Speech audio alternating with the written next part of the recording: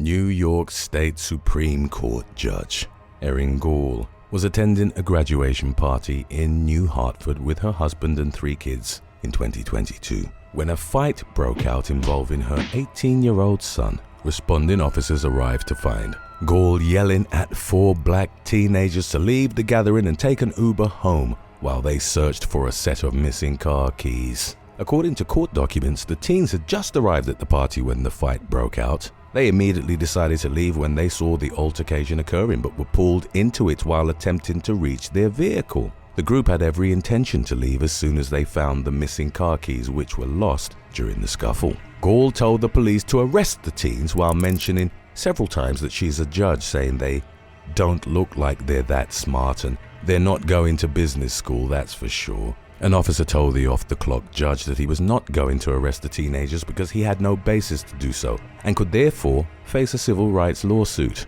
G reassured him that law enforcement would have her support, but the officer continued refusing to make any arrests, at which point G threatened to call his lieutenant. She repeatedly ordered the police to have the teenagers' car towed, which they also refused to do, and accused the young men of using stall tactics to avoid leaving the property. One of the teenagers' relatives brought a spare car key so the group could finally leave. As the scene was winding down, G threatened to shoot the group if they returned, claiming that it's legal to use lethal force against a trespasser. An officer reminded her that they weren't in Texas and that it's actually illegal in New York to shoot someone for trespassing. G later filed a complaint against 3 New Hartford officers with the Oneida County Sheriff's Office. But she was the one who ended up facing disciplinary consequences. In 2024, the New York State Commission on Judicial Conduct ruled that she should be removed from her position as a judge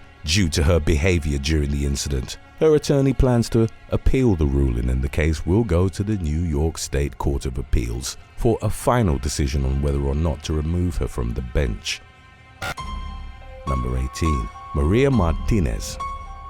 In late August of 2023, employees of an H-E-B grocery store in San Antonio, Texas, began receiving disturbing text messages containing photos of dead bodies. A few weeks later, they received text messages containing death and bomb threats, along with a photo of the supermarket. Police identified one of the store's employees, 20-year-old Maria Martinez, as a potential suspect in the case. She denied being responsible for the threatening messages, which she claimed to also be a victim of. The threats continued for a few more days while investigators traced the activity to a burner app called Text Now, which they tracked to an IP address connected to Martinez's residence. Martinez was charged with 1 count of making terroristic threats causing public fear. She posted a $50,000 bond shortly after her arrest and was released from custody in anticipation of her next court hearing. The current status of the case is unclear. Number 17. Emily Elizabeth Cornette and Sydney Angela Holder. In June of 2022, a racist Snapchat video featuring a nursing student from Shelton State Community College in Tuscaloosa, Alabama, went viral. In the footage, which was filmed inside a local Walmart store, the young woman bragged about having a concealed gun and said that she would shoot a black person while referring to the targeted demographic using a racial slur. She and another woman could then be heard laughing hysterically. NAACP representatives passed the video on to state officials, who contacted the Tuscaloosa Police Department following an investigation. Prosecutors charged 20-year-olds Emily Elizabeth Cornette and Sydney Angela Holder with disorderly conduct. They were both released on $500 bonds shortly after their arrests. In addition to facing criminal charges, the women were expelled from Shelton State Community College. But these consequences weren't enough in the eyes of many, who criticized the authorities for what one social media commentator described as a lowball charge. While the outcome of the case is unclear, disorderly conduct is a misdemeanor in the state of Alabama, with the most serious convictions carrying a maximum sentence of up to a year in jail and a fine of no more than $6,000. Number 16. Timothy Finley. Timothy Finley's history of threatening to kill U.S. presidents began in 2012, during the Obama administration, when he was accused of knowingly and willingly threatening to take the life of then-President Barack Obama. While in the Ogama County Jail in West Branch, Michigan, on an unrelated charge the following year. Notes threatening to kill a judge and bomb the White House were found in his cell. Several days later, Finley told a Secret Service agent that he would definitely try to kill the president if he were drunk. He also discussed his seemingly serious plans to drive to Washington, D.C. and shoot Obama as soon as he got out of jail. Finley pleaded guilty to a federal threat charge in 2014. He served 15 months of a 12 to 18-month prison sentence and was serving a 3-year probation term when he landed back behind bars in 2017 for violating the terms of his supervised release. In June of 2022, Finley was charged with threatening to kill President Joe Biden, to assault First Lady Jill Biden, and to abduct Michigan Governor Gretchen Whitmer. He went before the same judge who oversaw his first case almost a decade earlier and pleaded guilty to threatening to kill the president. The 49-year-old was sentenced to 22 months in federal prison, followed by 2 years of supervised release. Number 15. Tracy Fiorenza. In August of 2023, a 41-year-old Chicago area woman named Tracy Fiorenza was arrested for threatening to shoot Donald Trump and his son Barron straight in the face. The first round of threats was sent via email to the headmaster of Barron's High School in Palm Beach County, Florida, during the month of May. In a second message sent the following month, the sender wrote that she would slam a bullet into the Trumps' heads in self-defense. When confronted by the Secret Service, Fiorenza admitted to sending the emails from her Plainfield, Illinois home. She was charged with transmitting threats to kill or injure another person in interstate commerce, which carries a maximum 5-year prison sentence. In early 2024, a federal judge ruled that Fiorenza is incompetent to stand trial. She was ordered to undergo inpatient psychiatric care with the goal of restoring her to competency, at which point her court proceedings would resume. There's also a chance that she'll be declared unrestorable, at which point the case would most likely be dropped and she would remain in the hospital until she no longer presented a threat to herself or others. Number 14. Ariel Moore. In October of 2020, police were called to a cosmetology school in Royal Oak, Michigan, where several students claimed to have received disturbing text messages from a young woman who was expelled earlier that day. 24-year-old Ariel Moore had reportedly been kicked out for bad behavior when she was accused of calling the school repeatedly and threatening to shoot it up in a group text message. Classes were cancelled for the next few days while police worked to confirm that Moore was responsible for the threats and locate her. She was arrested at a relative's house on suspicion of false report or threat of terrorism, along with an outstanding warrant for felony identity theft and felonious assault stemming from an unrelated case. The terrorism threat charge alone can carry a maximum sentence of 20 years in prison and up to $20,000 in fines, but the outcome of Moore's case is unclear. Number 13. Tiffany Garcia. In April of 2024, San Antonio police responded to a 911 call about a domestic dispute between a woman, her mother, and her sister. According to police reports, Tiffany Garcia occasionally stayed at the residence, which belonged to her mother. The two women got into an argument after Garcia returned home from a barbecue, and she pushed her mother during the disagreement, prompting her sister to intervene. Garcia allegedly responded to her sister's attempt to de-escalate the situation by grabbing a kitchen knife and threatening both her and their mother. At some point during the ordeal, Garcia demanded money from her sister, who said that the money was on the floor. After stopping to pick it up, she reportedly continued to threaten her family members. The sister dialed 911 out of a fear for her safety, and Garcia fled on foot, but was arrested shortly thereafter on suspicion of aggravated assault with a deadly weapon. She remains held at the Bexar County Jail with bail set at $75,000. Number 12. Abigail Joe Shri. In August of 2023, a Texas woman was charged with threatening to kill the federal judge overseeing former President Donald Trump's election interference case. The allegation came after U.S. District Judge Tanya Chutkan received a voicemail stating, "You are in our sights, we want to kill you," followed by, "If Trump doesn't get elected in 2024, we are coming to kill you." In addition to making a death threat and using a racial slur against Chutkan, who was born in Jamaica and immigrated to the U.S. at a young age, Abigail Joe Shri was accused of threatening to kill Texas politician Sheila Jackson Lee and members of the LGBTQ+ community. A few days later, Department of Homeland Security agents showed up at Shri's door in Alvin, Texas. She reportedly admitted to leaving the voicemail but claimed that she had no serious intentions to follow through with her threats, unless Representative Jackson Lee traveled to Alvin, in which case she said, "Then we need to worry." Shri had been arrested several other times in recent years for similar behavior,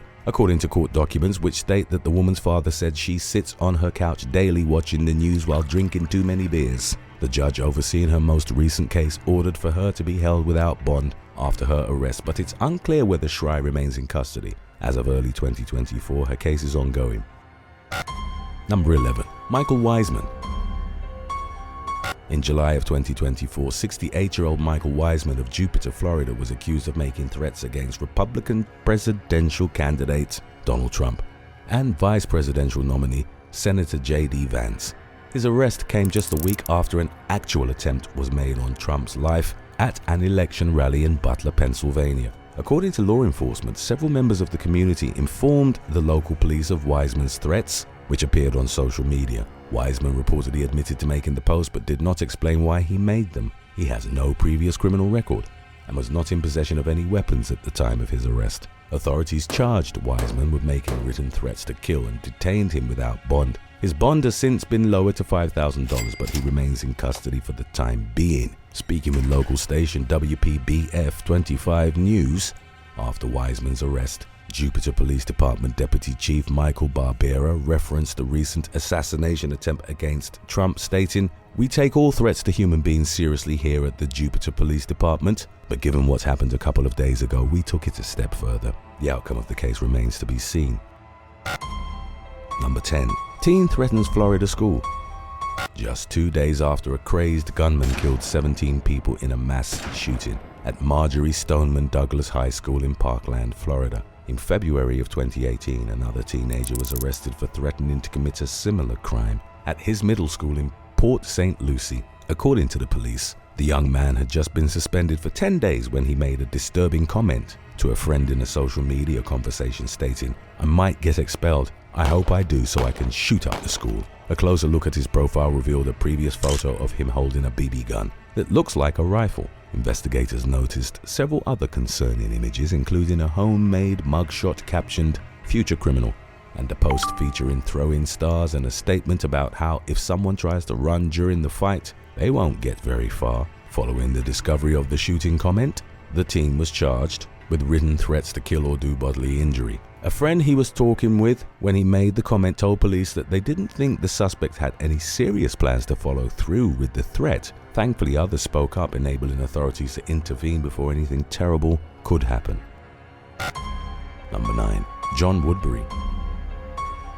In June of 2023, a series of messages threatening to kidnap, murder, and assault FBI Director Christopher Wray appeared on 4chan. They contained disturbingly specific details about how the writer wanted to carry out the crime, stating that it was time to burn Wray and others and hang them from trees. The plan also called for the attack to occur at Wray's home with the goal of making his family afraid of stepping 1 foot outside their door. Perhaps not surprisingly, the posts were made shortly before Donald Trump was indicted on charges of stashing classified White House documents at his home in Mar-a-Lago, Florida, but no arrests were made in connection with the threats until more than a year later. Shortly before an assassination attempt was made on former President Trump's life in July of 2024, investigators connected the threats to 34-year-old John Woodbury of Roswell, Georgia, who is now facing 1 felony count each of making threats by interstate communication and threatening a federal law enforcement officer.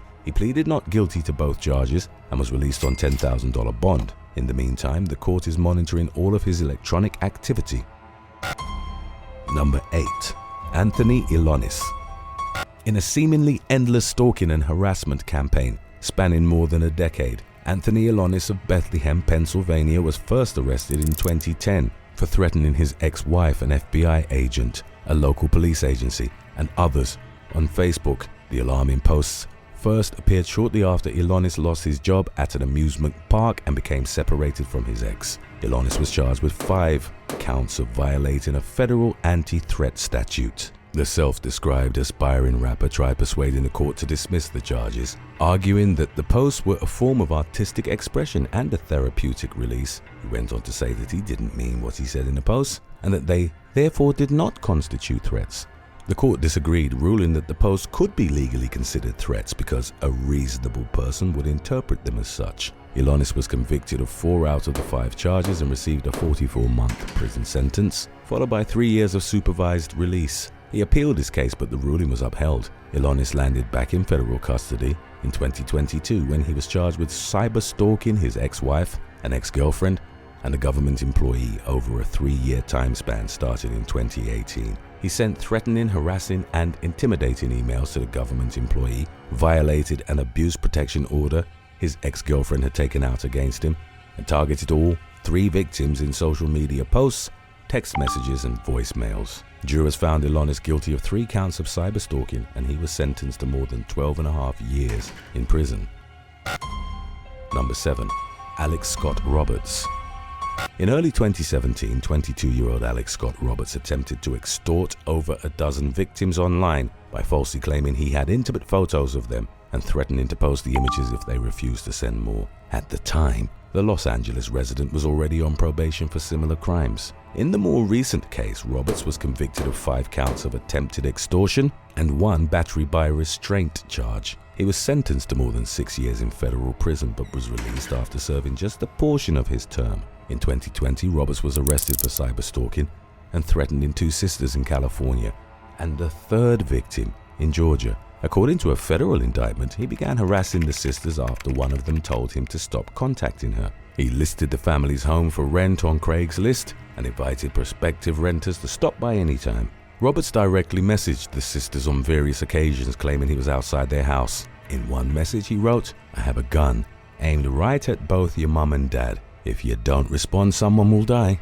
He also claimed to have a sniper rifle aimed at one of the victims' bedroom windows. When he failed to achieve his desired response from the sisters, Roberts targeted their friend and threatened to post her intimate photos online if she refused to give him the women's phone numbers. Following his arrest, he pleaded guilty to 2 counts of stalking and was sentenced to more than 7 years in prison. Number 6. Vanessa Mariehakaba.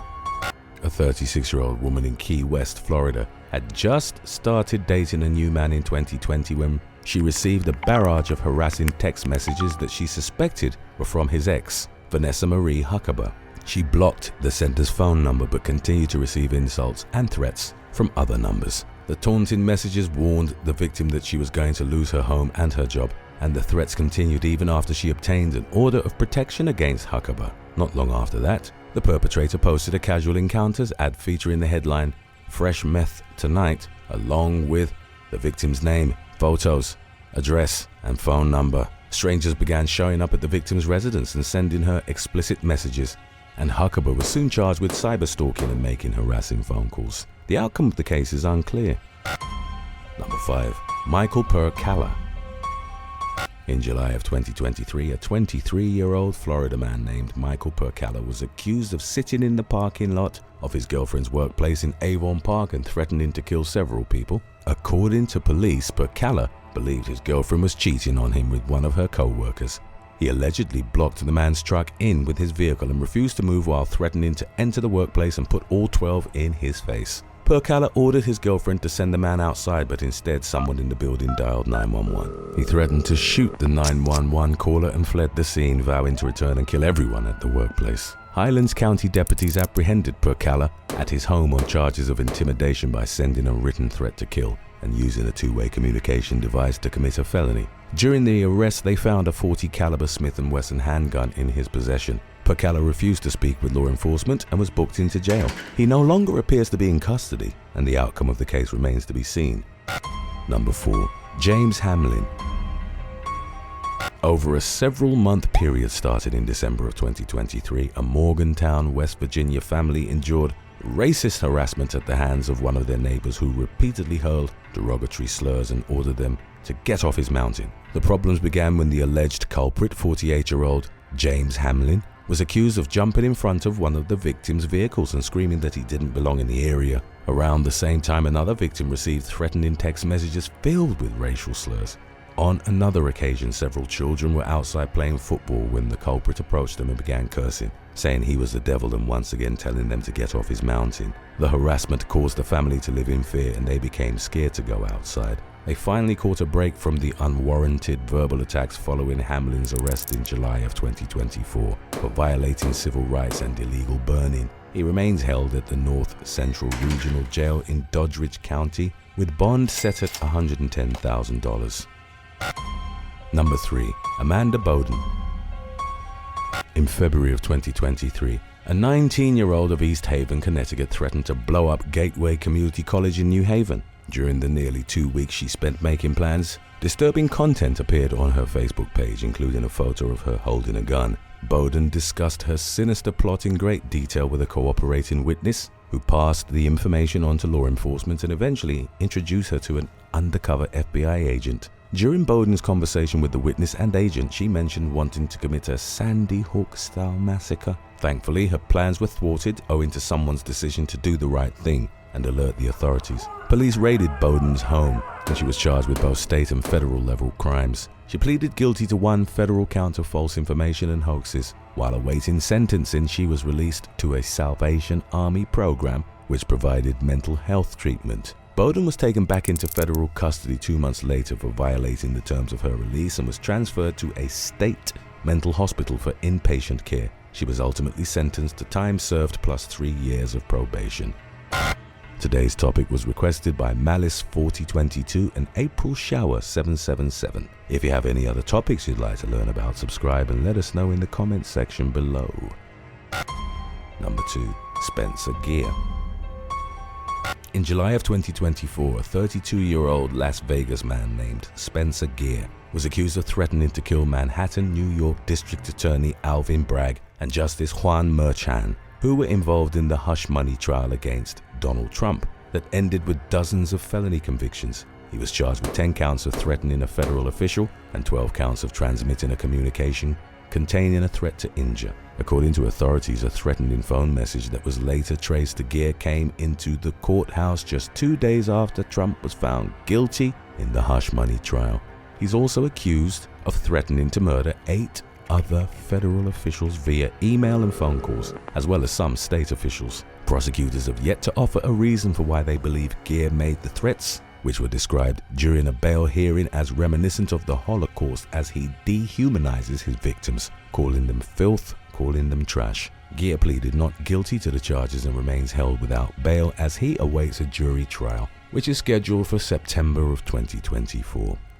These careless threats backfired like a boomerang, but you definitely wouldn't want to direct them at cage fighters. Right after number 1, we've got When MMA Goes Wrong, if you haven't seen this one yet. Number 1. Jonathan Hardin.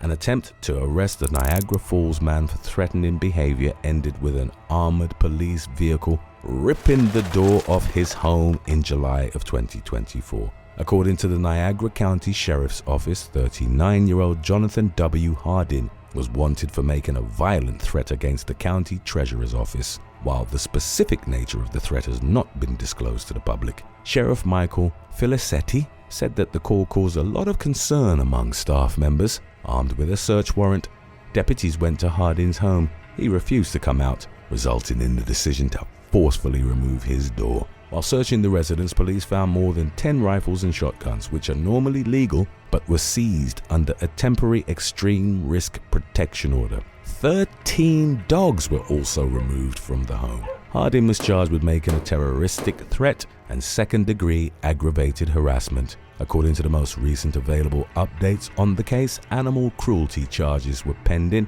Records show that Hardin is not currently in custody, indicating that he was released as he awaits the outcome of his case. Number 9. Anar Alekseev. In August of 2017, 26-year-old mixed martial artist Anar Alekseev and champion weightlifter Andre Drakev, aged 32, faced each other in a bare-knuckle fight to see whose sport was superior. It was reported that Alekseev and his friends had provoked and taunted Drakev until he agreed to the street fight. The confrontation took place near an intersection in the Russian city of Khabarovsk, and videos of it subsequently became viral. Drakev who'd reportedly taken part in similar brawls in the past, was considerably taller and heavier than the MMA practitioner, but never got the chance to take advantage of the size difference. Alekseev delivered a roundhouse kick to the weightlifter's head, which knocked him out. Drakev rose from the pavement on wobbly legs, but was kicked down once more. As he lay unconscious, Alekseev delivered several powerful punches, pummeling his head into the pavement. Drakev succumbed to the injuries sustained in the fight, while a manhunt was launched to bring Alekseev to justice. He ultimately turned himself in and was sentenced to 18 years in prison after being found guilty of homicide. Number 8. Dean Maxwell. In February of 2021, during an MMA event in Australia, Dean Maxwell suffered a potentially career-ending injury. His opponent, Rondell the Limb Reaper Raymond, landed a devastating calf kick to his right leg. The shot was so powerful and accurate that it broke Maxwell's leg in 2 places. It sent his limb flying into the air, but the damage was only visible when he tried to plant it back on the mat again. As he put weight on his foot, Maxwell's leg snapped. He'd sustained a broken tibia and a broken fibula, for which he'd be out for several months. Number 7. Thomas Gary Morson. In 2015, former cage fighter Thomas Gary Morson killed a man with his bare hands after they'd both agreed to violently settle their differences over an incident which had taken place years earlier. Morson and Brian Knox, both residents of Washington, had socialized and trained at the same gym. Friction arose between them as Knox accused Morson of having made a pass at his partner, which the woman had denied at the time. After a couple of years in July of 2015, Knox brought up the argument again and then contacted Morson so that they could have a straightener. The two men met in a back alley in the Stevenson Industrial Estate and started striking each other. At some point, 36-year-old Morson put Knox in a rear naked choke. The move, which was a fight-winning favorite of his, involved being behind an opponent and applying pressure to their neck. It can cause temporary loss of consciousness, but is generally harmless if released in time. Morson, however, squeezed Knox's neck so hard that he broke a bone and a cartilage. Not realizing he was injured, the former cage fighter then slammed him into the pavement. A photo of the 32-year-old victim was later found on his phone, which prosecutors argued he'd taken as a trophy. Morson was arrested and pled guilty to manslaughter, for which he received a 5-year sentence. Number 6. Blagoy Ivanov. Before he was signed by the Ultimate Fighting Championship, MMA's top promotion, Bulgarian heavyweight Blagoy Ivanov nearly died following a nightclub altercation in his home country. In late February of 2012, a group of 8 men entered a club called Ice in Sofia and attacked Ivanov. It's unclear who started the brawl, but the main suspect in the case, identified only as Dampella, was said to have picked a fight with Ivanov in a drunken rage. In the ensuing chaos, he stabbed the mixed martial artist through the sternum, damaging one of his lungs. Dampella, who had a lengthy criminal record, would remain in permanent detention following his arrest. Although wounded, Ivanov fought off all the attackers and even managed to hail a cab to a hospital. For a number of weeks, he remained in critical care. In March, his condition deteriorated and he was placed in a medically induced coma until mid-May. Ivanov ultimately recovered and returned to MMA in September of 2013, winning his next 4 fights. Number 5. Tyrone Mims. To this day, the death of mixed martial artist Tyrone Mims remains a mystery. On August 11th of 2012, Mims was fighting at an event in South Carolina called Conflicts MMA Fight Night. The bout was stopped in the second round after Mims was unable to continue. He told the cage-side physician that he wasn't hurt but only tired. Teammates helped the 30-year-old to the locker room where he abruptly collapsed and lost consciousness. Mims was transported to a hospital where he passed away that same day. The coroner couldn't find anything to explain his death. He didn't have brain trauma or a concussion, and no drugs or alcohol was found in his system. There was only speculation that he might have suffered from an electrical dysfunction in his heart, but evidence of such a condition wouldn't present itself during an autopsy. Number 4. Owen Rivera. In January of 2021, UFC bantamweight fighter Owen "The Beast" Rivera was arrested for stabbing both of his sisters with a brass knuckle knife. The women, aged 22 and 33, were staying with the fighter in one of his spare rooms in Palm Springs, Florida. They awoke in the middle of the night to Rivera stabbing them. According to a police report, the younger sister was found next to a roadway with wounds on her head, back, and arms. The second victim was recovered from inside the house with similar injuries. Both were rushed to the hospital and survived the brutal attack. Rivera was arrested but didn't know his sisters were alive and told the authorities he'd killed them because he'd been told to do so by a higher power. According to subsequent reports on the matter, Rivera was held in a mental health facility while awaiting trial. Both sisters later stated that they loved him and hoped he'd get the help that he needed. Number 3. Alistair Overeem. While competing in the UFC, Dutch heavyweight Alistair Overeem delivered a number of memorable performances but also suffered a gruesome injury. It occurred late in his run with the promotion during a December 2019 bout with Ceremonies fighter Jairzinho Rozenstruik. Going into the 5th round, the Dutch heavyweight was ahead on all the judges' scorecards. Then in the final seconds of the bout, Rozenstruik landed a heavy right hand that not only knocked out Overeem, but also severely split his upper lip.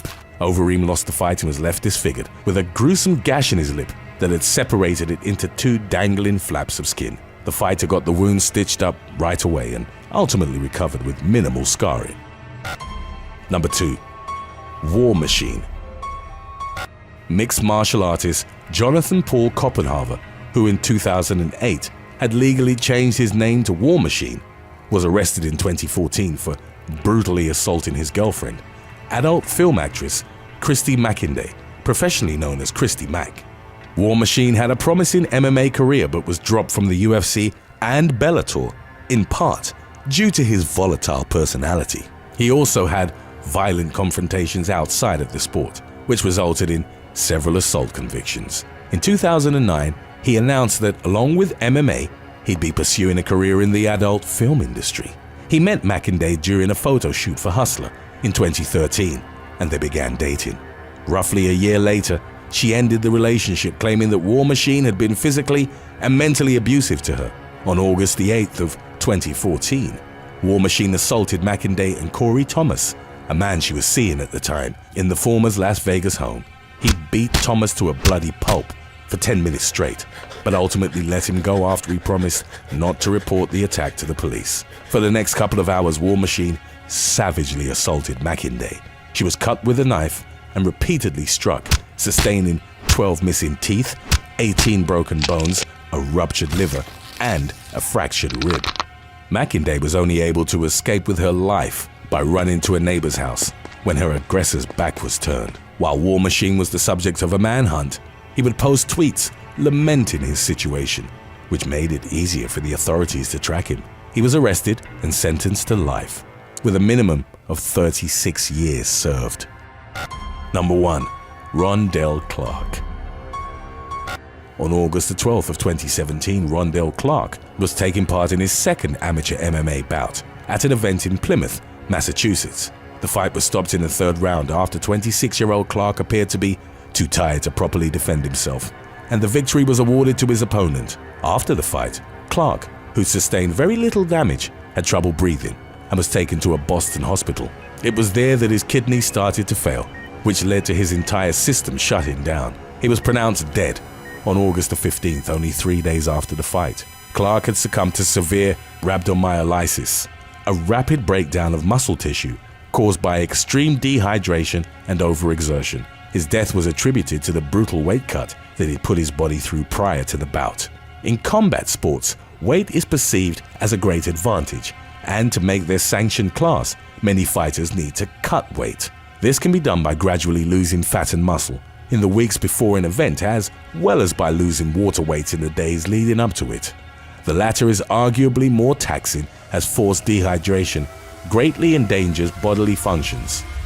Thanks for watching. Would you rather make it to the most wanted list of the KGB or of the FBI? Let us know in the comments section below.